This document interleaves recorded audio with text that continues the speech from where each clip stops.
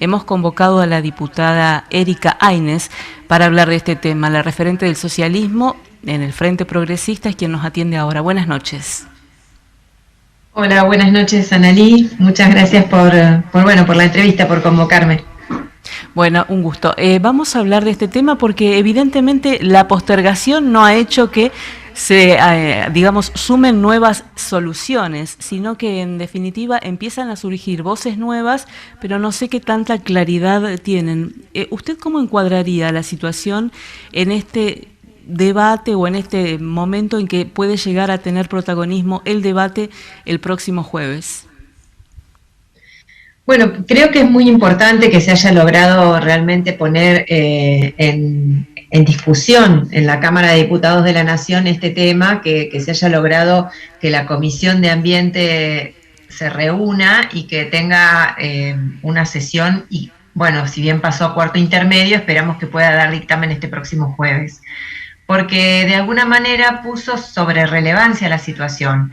Se escucharon las voces de las personas que están reclamando por esta ley de humedales desde hace mucho tiempo y que, como decías, Analí, cuando pierde impulso la situación porque llueve o porque de alguna manera se apaga momentáneamente el humedal, se pierde esa mirada y nuevamente se cajonea la ley, y necesitamos que esta vez realmente se pueda discutir y que pueda tener dictamen de la Comisión de Ambiente, que es un primer paso de muchos. Como vos decías, las leyes de por sí no garantizan que luego se cumplan, por ejemplo, y que haya acciones desde los gobiernos para impedir que sigan quemando un ecosistema tan importante como el humedal del río Paraná. Pero es un primer paso y es un paso muy importante porque nos da una referencia y se constituye como una política de Estado que después cualquiera sea el gobierno que venga va a tener que respetar. La situación es muy grave, estamos en un escenario de sequía persistente, 2 episodios de Niña y algunos meteorólogos, algunos estudiosos del clima advierten que puede haber una tercera Niña. Ese sería un escenario realmente inédito en los últimos siglos y podríamos presenciar situaciones como que el Paraná esté seco. Realmente tomar dimensión de la crisis ambiental, porque no es solo climática, la crisis socioambiental que estamos pasando nos debería ayudar a todos a entender que son necesarias herramientas para proteger estos espacios que nos dan agua, nos permiten bajar un par de grados la temperatura en los veranos y a su vez contienen inundaciones, son una especie de amortiguador de las inundaciones y a su vez nos protegen de las sequías. Entonces creemos que ya estamos directamente ante un escenario donde no podemos dilatar más estas decisiones y a su vez más allá de la existencia o no de leyes, los gobiernos tienen que actuar para A prevenir, eso quiero ir. sobre todo...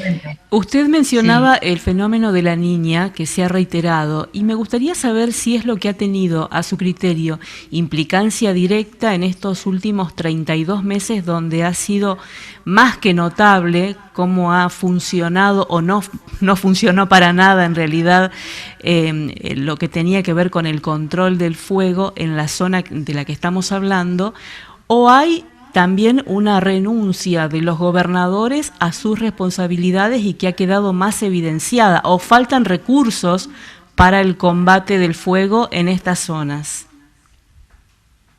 Como siempre con cada fenómeno ecológico es multicausal.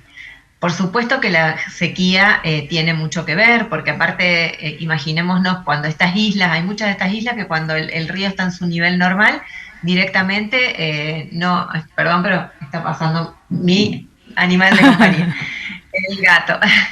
En esos momentos, digamos que el río está alto, no pasa nada porque hay cortafuegos, si se prende un fuego no pasa a la isla siguiente y eso de alguna manera explica que en los momentos de altura normal del río es raro que se produzcan estas situaciones. Pero también hay una situación de que los fuegos que se descontrolan, en su gran mayoría, se ha estimado en un 95%, son intencionales. Entonces arrancan intencional y después no se puede parar por la sequía, por la bajante, pero, y además porque está todo seco, el pastizal está seco y entonces eso promueve que se siga quemando. El tema es que, como bien decías, me parece que no puede haber una resignación a decir, bueno, es la sequía, es el destino climático y no podemos hacer nada. Tiene que haber Pero las planes provincias para tienen el recurso mitigar para esto. hacer frente a la situación. Santa Fe lo tiene, Entre Ríos lo tiene.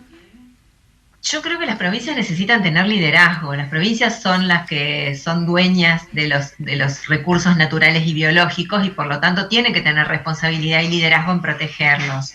También tienen la responsabilidad de ir a pedir los recursos a la nación y de interactuar. Nosotros acá en Santa Fe, Entre Ríos, Buenos Aires y también la nación, se trabajó en 2008 en un plan estratégico que se llama PIECAS y que está específicamente para esto. Tiene ya delimitadas todas las acciones que hay que tomar para prevenir, para proteger el humedal, para conservarlo. Y ese plan se hizo en el marco de cuando llegó el humo en 2008 a Cava.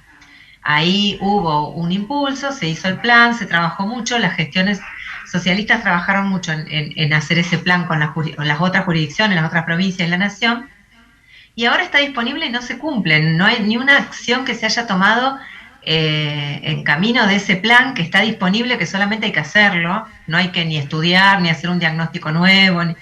Entonces, eso sí que da mucha desazón, porque uno espera que se tomen medidas, que exista liderazgo, que exista valentía, que los gobiernos vayan a tomar el tema, porque además de que, digamos, llega el humo a las ciudades y la gente se enferma porque hay partículas de humo en el ambiente, etcétera, cada una de esas partículas y ese humo implica menos flora, menos fauna, animales que se murieron, abejas que no tienen dónde posarse y no van a estar polinizando las plantas, eh, una devastación en cuanto al oxígeno que puede proveer ese sistema y que es el que respiramos todo y el agua que vamos a tomar y con la cual nos vamos a bañar el año que viene. Y entonces realmente si no se presta atención a esto, bueno, vamos a tener consecuencias muy graves para todos y todas, y no solamente para quienes lo sufrimos, sino también para quienes están provocando estos incendios y están realmente pensando que, bueno, que tal vez pueden ganar un par de dólares más este año y no están pensando en que ya el año que viene tal vez sea muy tarde para muchos emprendimientos productivos y de todo tipo. ¿Quiénes serían los que están ganando en este momento? Usted habla de los dólares y me viene a la mente una entrevista que escuché hace poco tiempo que refería que buena parte de los incendios que se estaban produciendo en Entre Ríos ocurrían en tierras estatales, en tierras que eran de pertenencia de la provincia y que no se avanzaba en relación al control del fuego. ¿Quiénes están ganando, quiénes están perdiendo y qué piensa de aquellos que, como el gobernador de Salta ha dicho en las últimas horas, que esta ley u otras van a impedir la explotación del litio, por ejemplo, en su provincia? Bueno, yo creo que quienes ganan es un entramado bastante difícil de terminar, porque puede haber gente que quiera hacer un cambio de uso del suelo para hacer agricultura, otra gente que pretenderá hacer ganadería intensiva, y también, ¿por qué no? Sabemos que hay intenciones inmobiliarias en muchos de estos de estas regiones. Incluso se ha señalado en otra provincia, como en Córdoba, que la mayor motivación para las quemas son, digamos, los emprendimientos inmobiliarios de barrios cerrados. O sea que puede haber una mezcla de intereses allí. Lo claro es que esos intereses particulares van en contra de los intereses del común de la gente, de la sociedad en general. Y el otro día tuve la ocasión de ir a Buenos Aires en avión y cuando volvía, realmente ver ese paisaje del humedal que cuando uno lo veía de lo alto era todo agua y verde y hoy está marrón por la sequía o negro por la quema, realmente nos tiene que llamar la atención y tenemos que reflexionar acerca de esto. Nosotros como argentinos muchas veces nos solidarizamos con los incendios que hubo en Australia o vemos lo que pasa, por ejemplo, en Amazonas. Sin embargo, estamos ahora entre los 10 países con más incendios. Entonces, tenemos realmente que invertir nuestros recursos para prevenirlos y para mitigarlos. Tenemos que tener planes en serio por nuestra propia calidad de vida. Y con respecto a la explotación de los recursos naturales o cómo convivimos con los ecosistemas para poder producir en consonancia con ellos y no en contra de ellos. Yo creo que existen muchas alternativas y de hecho en la zona, por ejemplo, de las islas frente a Rosario, una de las industrias mejor, digamos, más lucrativas de este tipo de emprendimiento sería un turismo ecológico, un turismo de cercanías y también la ganadería de pequeña escala ha sido históricamente una actividad que se podía realizar en el humedal. De hecho, cuando uno habla con los productores dice siempre hubo vacas en la isla, claro, pero eran pocas y además como había inundaciones se llevaban, se traían y no era que estaba constantemente con una presión de una gran cantidad de animales allí. Entonces, las alternativas productivas yo creo que no son imposibles. Nadie está planteando que todos los humedales sean intangibles. Eso no es así. Las leyes lo que proponen son explotaciones que vayan al ritmo del humedal y no en contra de ese ritmo, que no busquen transformarlo en otra cosa. Yo creo que ahí está la clave, la búsqueda de transformar el humedal en otro suelo, en un suelo urbano, en un suelo agrícola, es de lo que se trata de regular, porque el humedal tiene sus propias características y puede producirse allí y también tiene que ver con estos servicios que no están monetizados, pero que son servicios que todos usamos, oxígeno, agua, bienestar, ir a ver un paisaje, ir a la naturaleza, pero sobre todo bajar la temperatura de grandes conglomerados urbanos en un contexto de cambio climático y sobre todo agua y oxígeno. Son realmente servicios ecosistémicos que no están monetizados. Así es, perdón. Estábamos viendo hace minutos un mapita que quería saber si usted tiene la información correcta. Lo traíamos porque después de conocerse esas imágenes se habla de 21% del territorio nacional comprometido con humedales. ¿Es así? ¿Esta información es, digamos, correcta? Sí, es correcto que hay realmente grandes cantidades de humedales, incluso por ejemplo en nuestra provincia los bajos submeridionales se considera hoy la interpretación más moderna, que es que son un muy gran humedal. Pero como te decía, no quiere decir que porque sea humedal no se puede hacer nada allí. Se puede producir y de hecho se produce, por ejemplo en los bajos submeridionales se hace mucha ganadería, el 40% de las cabezas de ganado de nuestra provincia vienen de ahí, pero no quiere decir que se debe producir, como te decía, cambiando el uso del suelo. En cuanto al litio, la verdad que es un recurso que Argentina tiene y que es, es uno de los pocos países que tiene. Somos parte del triángulo del litio y el gran desafío es explotarlo en lugares donde hay muy poca agua realmente hay que desarrollar tecnología para que se pueda explotar sin ocupar la poca agua que hay solo en eso. Ese es el primer punto que hay que poner digamos que hay que innovar ahí. Y el otro punto es que habría que agregarle valor acá y no exportarlo como sal de litio, que realmente es muy poco lo que queda como recurso aquí en la Argentina y los países que desarrollan las baterías son los que realmente generan más divisas. Nosotros como país tenemos buena ciencia con respecto a las baterías de litio, a las pilas, y un objetivo que deberíamos tener es realmente exportar no sales de litio, sino baterías y otros, a lo mejor productos intermedios, pero claro, no la sal de litio cruda porque es muy mal negocio. Una última referencia saliendo de este tema, diputada, porque ha sido de tal impacto lo que ha ocurrido en relación a los audios del actual asesor del ministro Fernández y exministro de Seguridad de la provincia, que nadie ha quedado al margen de las interpretaciones. ¿Qué espera usted del gobernador una vez que se conocieron estos? y quedan algunos funcionarios también del gobierno actual relacionados con ellos. En principio, bueno, nosotros acabamos de hacer una declaración como Partido Socialista sobre este tema.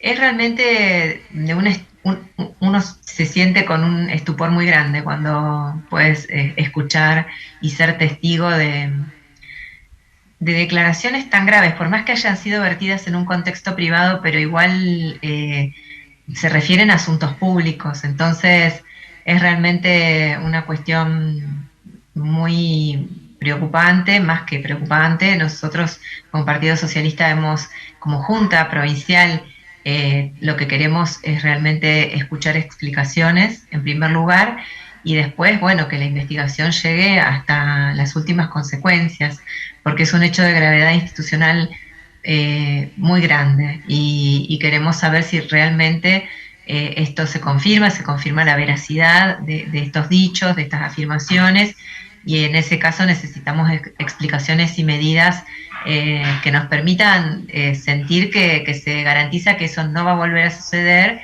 y que las personas implicadas son totalmente investigadas. Así que bueno, estamos a la espera de escuchar esas explicaciones.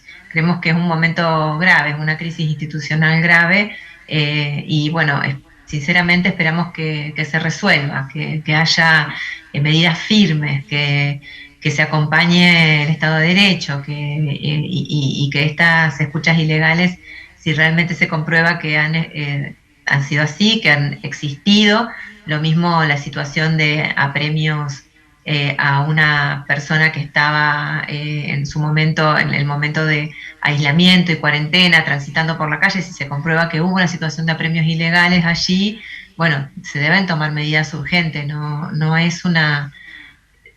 espero que esto no se banalice, que no pase como tantas otras graves noticias, lamentablemente en Santa Fe, y uno se acostumbre o la sociedad se acostumbre y no exija explicaciones. Estamos teniendo situaciones muy graves de violencia, de escapes de comisarías en Santa Fe permanentemente, de balaceras, de situaciones en el servicio penitenciario graves, como vos decías al inicio de la nota, se van acumulando los debates uno sobre otro y parece que pasó hace 20 años, pero bueno, la semana pasada hubo una situación, por ejemplo, de escape de una comisaría acá en Santa Fe. Todo el tiempo tenemos situaciones de violencia urbana en Rosario, de violencia con balaceras.